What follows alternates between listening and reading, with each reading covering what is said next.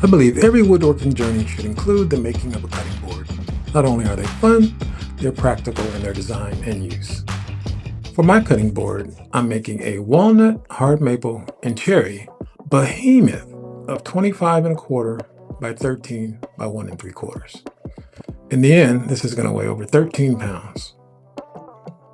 So after gluing up the strips to my desired design, I put it through the planer a few times to smooth it out. At this point, it's just a big block, but it feels great.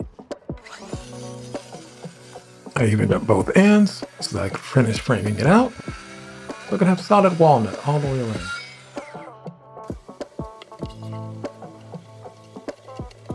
After securing it with parallel clamps, the frame is complete. And after a few trips through the drum sander, we water popped it, orbital sanded it, and installed a juice groove. We then gave it a mineral bath, we let that soak for a while, and hit it with some board butter.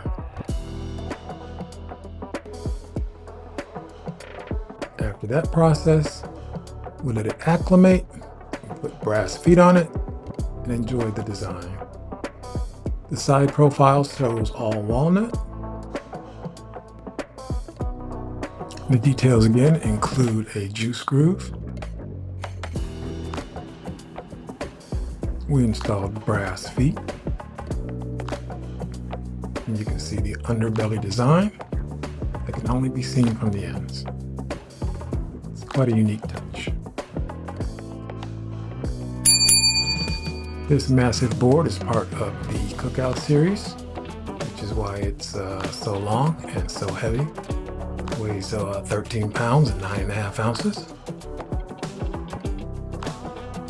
And you can get as creative as you want when you make a cutting board. I have quite a few designs in my head that I'm going to try out in the future. This is something that I just recently attempted to do. I had a great time doing it. I think this turned out very well for someone that doesn't do this on a daily basis. But again, try your hand at it. You'll enjoy it.